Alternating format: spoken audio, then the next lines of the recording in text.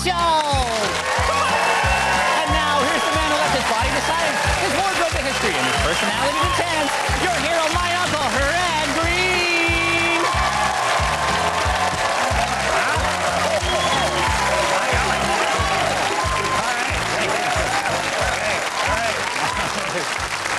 Save yourselves, you got families. All right.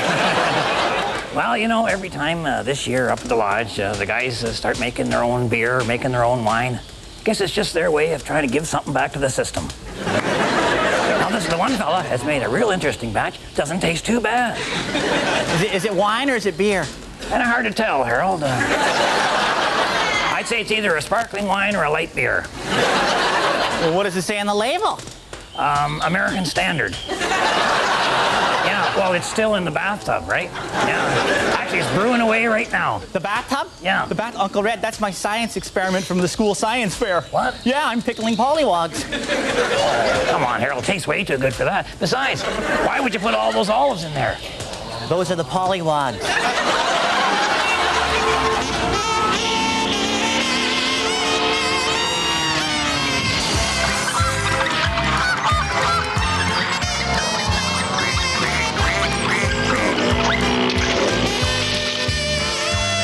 What you're looking at now is a bunch of segments from this particular show.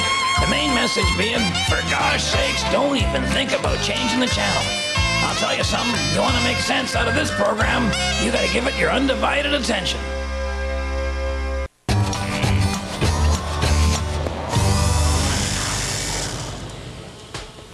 Can't believe you guys, you drank my entire science experiment right out of the tub. Moose licked the ring and ate the plug. Relax, Harold. You can just make something else. Oh, yeah. Oh, it was the whole ecology of our wetlands, you know? Now I got like 12 lodge members in a belching contest. If you're smart, you work that into the project. That's marsh gas. I tell you what, Harold. Why don't you and I do a project together, you know, on toxic waste or the ozone layer or something? Well, we could, but no. You know, thanks. I sort of had my heart set on winning this contest, so. Girls like guys who look like scientists. Well, that could be, but you look more like an experiment here. I know what I can do. I know what I can do. I know what I can do. I know what I can do. I'm gonna do it. I'll do like astronomy. That's what I'll do. I'll like grind my own lenses, silver my own mirrors. I'll align the focal planes and make a telescope. That sounds like fun. I'll get some duct tape. No. See, adults aren't allowed to help. You either. All right, fine, Harold. You just grind your Hubble to your heart's content, all right? Okay. I'm gonna make my own telescope. Alrighty. I think I could be a great astronomer, Harold. Well, he's always been good at staring off into space. You know, one of the biggest dangers of having something on television is that people see things and they think they should try them. You know, like blowing up a van or doing something athletic in Bill's case. I was just going to change his clothes there. I guess he saw this at the Olympics where they have the rings and you... What's that? Oh, Bill, you don't have to change right. What? Oh. Bill, I don't think you need to see that at home. That's your personal business under there. I would no. Oh, it's a shoe. All right. Okay, no, that's fine. Wow, there's a bit of a pong goes on. Anyway, nice figure, fine looking man. And up he goes. I'll tell you, what he's finding out is that, you know, some things aren't as easy as they look. Things like being Bill's friend, for example. So I come over and I'll give you a boost up there, Bill. I'm giving you it's a boost. Bill's a boost up. Oh, man. Wow. Welcome to the Possum Lodge Word Game, where tonight's grand prize is a weekend for two at the Solitaire Championships. Okay, Uncle Red, you have 30 seconds to get Mike Hammer to say this word. Father.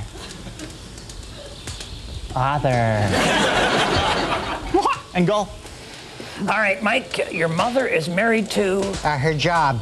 Exotic dancing's her life. Right, okay. I'm talking about the man who took care of you when you were young was your...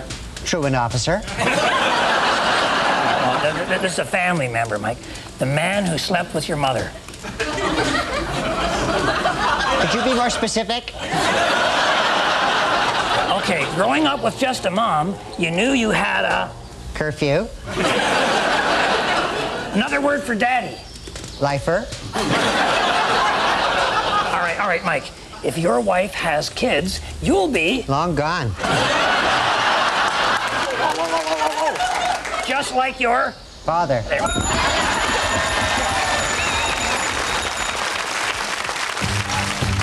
This week on Handyman Corner, I'm going to show you how to make a very common joint that you use for building furniture, houses, even wooden cars. It's a 90-degree joint, and all you need is a table saw, or a friend who has one.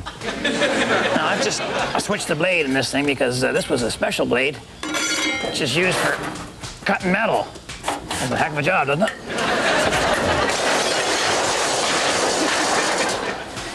All right, now, you don't need to horse this thing down or anything. Just finger tight is fine. And then just start her up. All right, I guess I should have used a stronger finger there. But there's a lesson to you youngsters out there.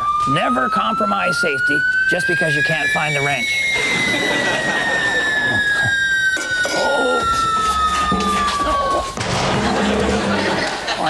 I wonder if it's still sharp. Yeah.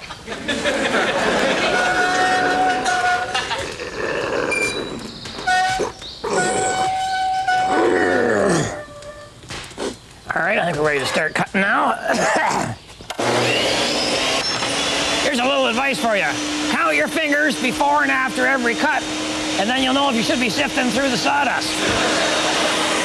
And we just do this little cut here.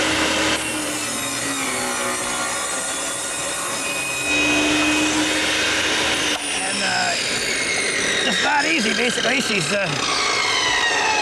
right, well, she didn't actually cut all the way through there, so I guess we'd have to maybe set the blade a little bit higher, or you can set the table a little bit lower.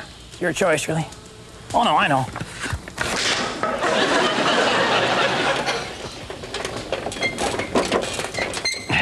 That ought to do her. Now, here's something else that you can do with a table saw. When you want to cut along the length of a board, that's called ripping. You can just rip right through the board there. It's a lot easier than doing it by hand. It's called ripping. See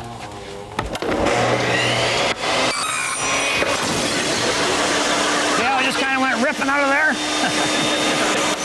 But here's what I wanted to show you today. You know, when you join a couple of pieces of wood in a right angle, a 90-degree angle, sometimes you'll make a joint like that. That's called a butt joint, and frankly, it's kind of butt ugly. So I'm going to show you how to make another kind called a miter joint. Miter. That's a French word. It means not butt. Okay? So you're still going to have your 90-degree angle, but you're going to do it with 245s, because you want to have a right angle. Anything else is a wrong angle, which I've proven many times. All you got to do is set your saw to exactly 45 degrees.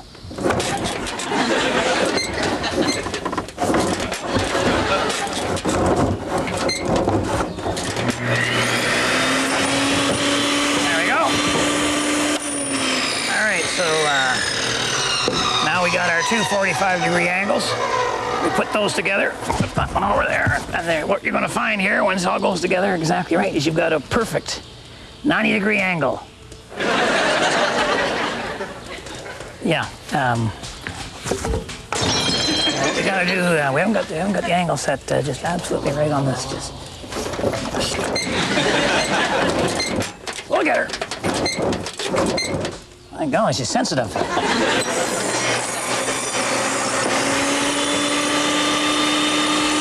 right, now I may have overcompensated a bit there, and I'm running out of wood, so I gotta think, you know, I do need a total of 90 degrees, but that doesn't have to be 245s, you know, that's about a 72 there, so what I need to make 90 would be 17 or somewhere in that area. So all I have to do, actually, is just have a table saw jack forward 90 degrees. You know, table saws are a heck of a thing. I mean, they're faster, they're more accurate than what you can cut for yourself, and I'll tell you what, you know, they don't cost that much for what you get. And they're portable. Remember, the women don't find you handsome, they should at least find you handy. Hey, Buster, I'm done with your table saw. Here it comes back to you. Stay tuned and relax. Whatever this is, we got lots more of it. I need to talk to you ladies to help you understand why we men do some of the things we do. For example, not stopping to ask for directions when we're lost. Okay, primarily, it's a pride thing. We're out there, we're driving around in our own vehicles, burning gas, got the sunglasses on, looking good, you know. People see us going by, would never guess that we have no idea where we are. And we're not real excited about sharing that information. A man does not embrace the concept of going up to total strangers and saying, "You may not know this, but I'm a moron." Whereas the woman that he's with is only too happy to share that information. I think it helps to ease her burden a little bit. See, to a woman, getting lost when you're on a trip is just a blameless act of nature. But to a man, it's a sign of personal failure. He knew where he was when he left. He doesn't know where he is now. All right, somewhere along the way, he crossed the line between the world he knows and the world he doesn't know. That's exactly the way he feels about when he got married and when he had kids. So if he admits he's lost in his car, he's going to have to admit he's lost in those other areas as well. That's way too much to ask. So just sit there, bite your tongue, circle the block a couple of times. Men aren't lost, they just take the long way. Remember, I'm pulling for you. We're all in this together.